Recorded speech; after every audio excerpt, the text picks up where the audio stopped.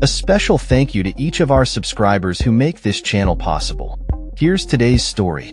In a surprising turn of events, David Richardson, the acting head of the Federal Emergency Management Agency, FEMA, has announced his resignation after a tumultuous 6-month tenure.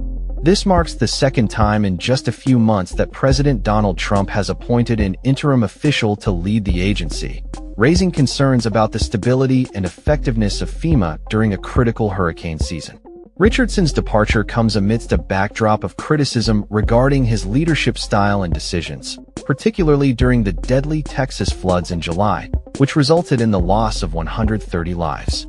Observers noted that Richardson maintained a notably low profile during this crisis, which has left many questioning his commitment to the agency's mission.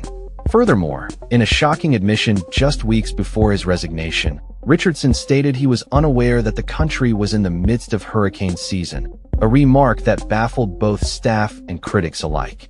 The announcement of his resignation was made by the Department of Homeland Security, DHS, which provided no specific reasons for his departure. However, Richardson's exit follows the firing of his predecessor, Cameron Hamilton, who was dismissed after expressing opposition to Trump's plans to downsize FEMA. Under Trump's administration, there has been a clear push to reduce the size and scope of FEMA, with the president asserting that state governments are capable of managing many disaster response functions independently. This shift in policy has led to significant staff reductions, with FEMA losing approximately 2,500 employees since January, according to a recent Government Accountability Office report. The agency's current workforce now stands at around 23,350, a stark contrast to its previous size. This downsizing is part of a broader initiative by the Trump administration to cut costs and streamline the federal civilian workforce. In the wake of Richardson's resignation, DHS spokespersons have expressed appreciation for his service, highlighting his efforts to bring about internal reform and secure record funding for disaster relief in states like North Carolina, Texas, Florida, New Mexico, and Alaska. Karen Evans, currently FEMA's chief of staff, is set to take over Richardson's role starting December 1st. As the agency prepares for the end of the Atlantic hurricane season, the leadership transition at FEMA raises questions about the agency's future direction and its ability to respond effectively to natural disasters.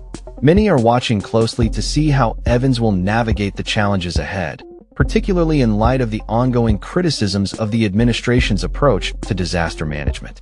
The recent upheaval at FEMA underscores a broader narrative of instability within the agency, as internal disputes and public criticisms have become increasingly common. Secretary of Homeland Security Kristi Noem has taken a prominent role in defending the administration's restructuring of FEMA, arguing that the changes are necessary to eliminate inefficiencies and refocus the agency on rapid disaster response. However, this defense has not quelled concerns among former and current FEMA employees, many of whom have voiced their discontent with the administration's policies through an open letter condemning the cuts and restructuring efforts.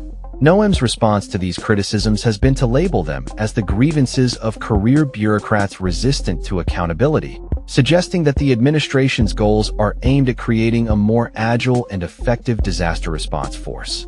The ongoing debate surrounding FEMA's future and its leadership will undoubtedly continue to unfold as the agency grapples with the realities of disaster management in an era of significant political and operational change.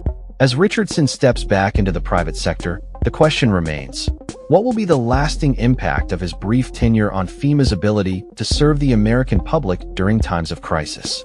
That's all for this story. We upload videos every day covering many different subjects, so hit that subscribe button to stay informed. Thanks for watching.